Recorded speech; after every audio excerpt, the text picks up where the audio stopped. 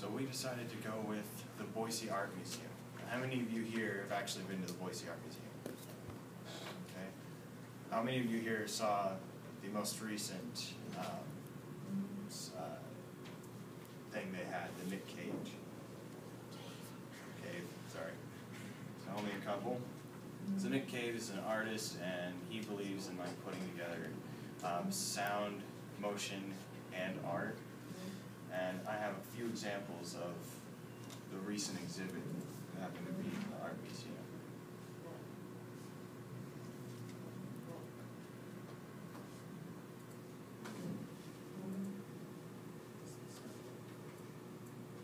We don't need this now.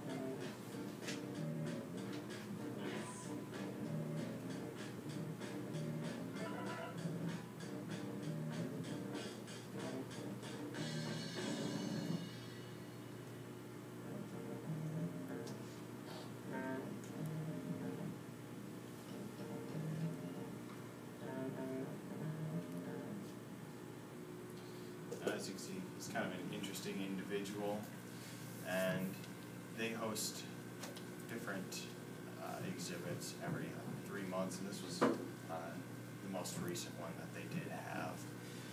And this was my first time actually going to the art museum, as well as the first time seeing the cave, and it opened my eyes to a little bit about what is art, because when I first saw that, a little confused. And Boise Art Museum was honestly one of the more fun things that I've done in quite some time. Alright, so I'm just going to give you a brief history about the Boise Art Museum. So the Boise Art Museum is Boise's oldest visual arts organization. And how it got started is a group of people under the Boise Art Association joined forces with the City of Boise and the Federal Works Progress Administration. And in 1937, they established the Boise Gallery of Art. This could be found in Julia Davis Park, the heart of Boise, and it displayed a variety of things for people to just come in and see all sorts of art. And it became a valuable part of Boise's growing community. In 1961, they began hiring professional staff, and they incorporated as a nonprofit. This initiative motivated people to contribute more art, a multitude of art donations. But as the art donations increased, so did the need for space to put these art pieces, like ceramics and paintings. So it was reconstructed and renovated, and in 1988, renamed the Boise Art Museum. The shift of focus changed to focus on their permanent collection as well as their education programs. They later added a sculpture court, new education wing with expanded studios, and an art experience gallery. One of the things they put on their website that they're really proud of, it's among the 4% of museums nationwide accredited by the American Association of Museums. And they are nationally recognized for leadership, innovation, and excellence in the visual arts. And after 75 years, it still holds true to its mission to create visual art experiences, engage people, and inspire learning through exceptional exhibitions, collections, and educational opportunities. Alright guys, I'm going to talk about the importance of art in the community, how it helps us and how it helps our community, and apologize for my voice. So in early development, it's really important because when you're young, you're absorbing all kinds of new knowledge, and it's when you just learn a lot. So doing art in elementary school can refine your cognitive and creative skills, which can add to your overall school success. So can strengthening the problem solving and the critical thinking. It can motivate kids to work harder. It provides natural learning because it's not like, hey, here's a fact, you have to memorize it. You kind of just learn as you go.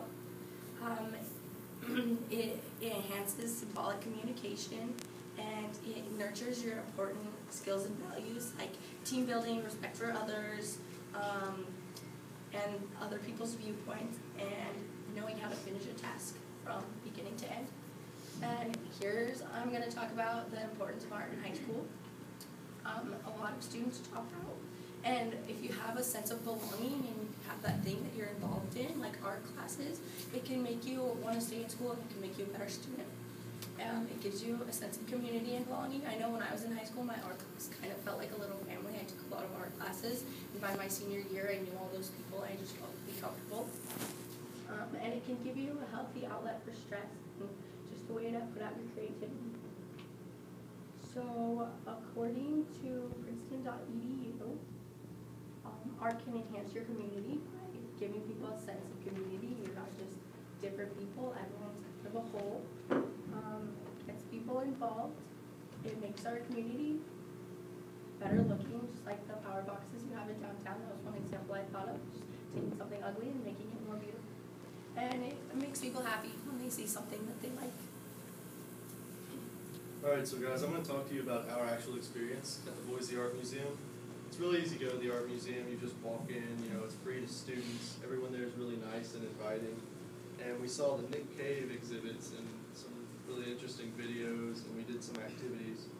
And I'm sure most of my group would agree, it was a lot more interactive than I thought it was going to be. There's a lot of hands-on experience, especially with all the children's activities. We actually got the chance to see the kids area, and there are like tons of drawings and crafts all over the place. And it's obvious that they spend a lot of time in there with kids, just doing stuff like that. And we got the chance to interview a tour guide outside the kids area. Her name was Kershie. I don't remember her first name. But it was really nice to hear firsthand from somebody that had experience volunteering with the art museum, volunteering for the kids program, just what actually goes on. And she answered a bunch of our questions, and when we asked her how people could help, she was really enthusiastic about volunteer opportunities. She talked about, art in the park, and especially the kids' tent and kids' activities. And she was just saying how they always need volunteers. They need about 100 for the kids' tent, I believe, in art in the park, and just so many more than that throughout the year. And it's great working with the kids and, crafting things. It would look great on a resume. And, kids come in, they make different crafts, and you can teach them how to do things. And she really focused on the necessity of fostering children's, creativities. So, teach them that they can make their imaginations realities, which is a very valuable life skill. Where would we be without creative individuals that were willing to make things happen? How could the city of Boise even exist if somebody didn't imagine a building as hey, I need to make that? And that's what the Boise Art Museum does. It helps people learn to foster their imaginations and teach them that they're capable of doing anything that they can put their minds to. So I'm going to do ours on the importance of art in the park. Art in the park is one of the really important activities that they have throughout the year. Melissa will talk about the other activities later on. But art in the park is a way to bring everyone down to the park, get everyone out in the outdoors, and bring together a community. And they ask for volunteers every so often to bring them into the kids' tent to help with the kids. And this is a really great way to engage the kids in critical thinking and allow the adults to also have a critical thinking and bolster a community that's strong and together. Without the donations and activities in Art in the Park, it couldn't actually happen because they need about 100 volunteers just alone for the kids' tent. One of the ways that Art in the Park really strengthens what we do or what they do, is it integrates a lot of other things that we need around the community and teaches people the importance of how art would unravel things that we wouldn't expect to happen.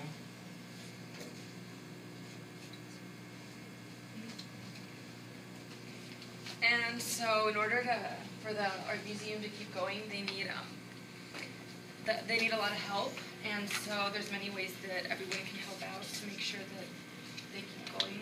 And so the first way is donations, of course. And so on the website, anyone can donate any amount that they want. You can even like pick where you want the money to go, and that's something that they really need because everything that they do costs so much money. On the website, they even show like how much everything costs, and it's really expensive just like to keep everything going, and so donations really help out a lot. And then also you can become a member of the Boise Art Museum, and by becoming a member, you're basically just showing how you plan on supporting them during the entire year. And so members also get to go into the museum for free all year long, and they also get like invited to special events and stuff. And so that's another thing you can do. And then finally, volunteering. There are so many different ways that you can volunteer. There's things from like providing guided tours, and you can work at the store too. You can volunteer there, and you can take admissions. You can provide information about the museum, and there's also internships that you can do. And so they have education internships and team volunteer internships. And so you can work with many areas of the education department, like they go to schools and do projects with kids on art and stuff, and so there's chances of volunteering there also. And they really do need volunteers because as he was mentioning that in the interview, she really mentioned how much they need them for different activities like art in the park. It's kind of having volunteers is what keeps all these activities going. So that's probably the best way that anyone can help out the museum. And if anyone is interested in volunteering or contributing in any way, they can find more information on the website. Does anyone have any questions? Why did you choose Boise Art Museum? Well, we chose it mostly because it's an important thing to have in our community, art, as well as it's a little more of a fun activity because it's not as sad as some of the other activities in a sense. There's definitely something different to kind of learn about. I myself, I am an artist. I love to draw. I love to do all sorts of artsy